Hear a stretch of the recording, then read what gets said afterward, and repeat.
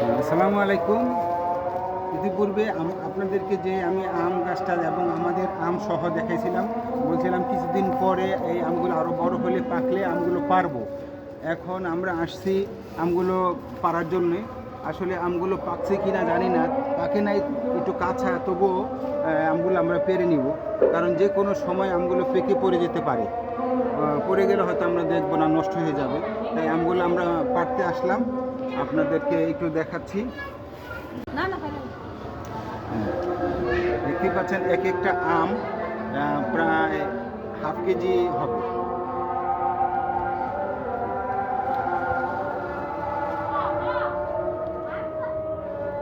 আসলে আমগুলো পাড়তে একটু মায়া লাগতেছে, কারণ গাছের মধ্যে যদি আমটা পাকে তাহলে সেই আমটা অবশ্য খেতে অনেক স্বাদ, কিন্তু আমরা সবসময় থাকি না, আসতেও পারি না ব্যস্ততার কারণে। তো যে কারণে যে কোনো সময় যদি পড়ে যায় তাহলে আমগুলো আসলে নষ্ট হয়ে যেতে পারে। এই কারণে আমরা একটু পেরে ঘরে নিয়ে রাখবো। তো হয়তো ঘরে রাখলে পেকে যেতে পারে, যে কোনো সময় পাকলে হয়তো আমরা সবাই খেতে পারবো ইনশাল্লাহ। এই জন্য এই উদ্দেশ্যে আমরা একটু আমগুলো পাড়তেছি। দেখতে পাচ্ছেন সব কটা আম একই সাইজের, মানে আসলে দেখতে খুবই ভালো, খুবই সুন্দর। এবং আমটা কিন্তু এর আগে একটা আম নিয়েছিলাম, আমটা খেতে অনেক স্বাদ, তখন ছিল কাঁচা মিঠা, মানে বেশি পাকে নাই, যার কারণে কাঁচা মিঠা আম খেতে, কাঁচা আম খেতে যেরকম স্বাদ লাগে ঠিক ওরকম স্বাদ ছিল। তো এখন আপনারা দেখতেই পাচ্ছেন, একদম রাখি রাখেন। একটা আমরা রাখি, দেখি একটা কতটুকু পাকে কি অবস্থা।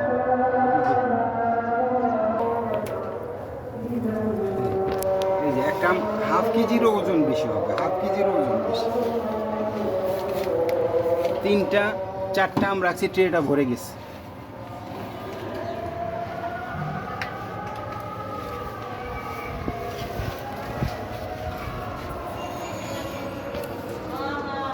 দেখছেন, মাশাআল্লাহ মাশাআল্লাহ, কি সুন্দর, কত সুন্দর আম।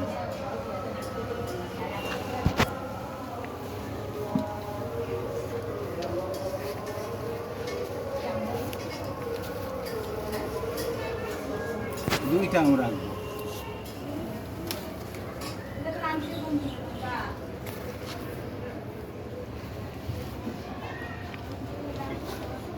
ওজন পারি না, অনেক ওজন না, অনেক ওজন এক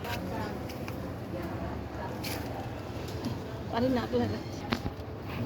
আমরা একটু পাড়তে চাইছিলাম সবগুলোই, তবে দুইটা আম আমরা একটু গাছে রেখে দিই, দেখি এটা শেষ পর্যন্ত কি দাঁড়ায়, পাকে নাকি এরকমই থাকে।